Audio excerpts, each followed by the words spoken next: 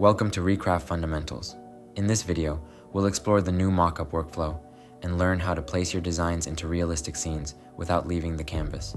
Start by opening your project in Recraft Studio. The fastest way to begin is with ready-made mockups. Go to the left toolbar, click Mockups, and choose a category that fits your project: apparel, packaging, devices, or outdoor ads. Pick a scene, then click Use as Mockup. Now click Upload your design on the mockup and choose your file. Recraft will automatically place it into the scene. From here, you can resize it, rotate it, and adjust the position until it sits naturally on the surface. Then use the right panel to fine-tune the result. You can adjust blend modes, colors, and other settings to make the design feel less like a flat overlay and more like part of the object. Once it looks right, you can flatten the image and export it. Now let's try another ready-made mockup from the collection. Pick a different scene, click Use as Mockup, and upload your design. Then use Enhance Realism to composite the design more naturally into the image.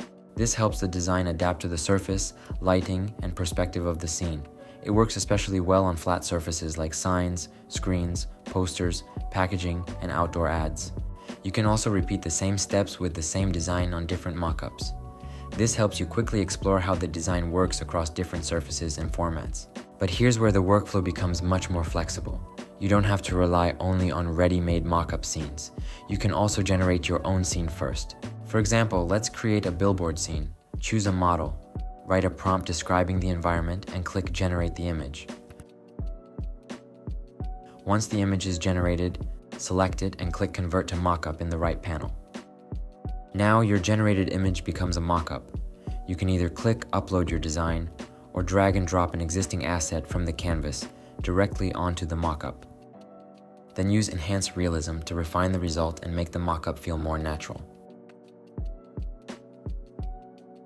If this was helpful, like the video and subscribe to our YouTube channel.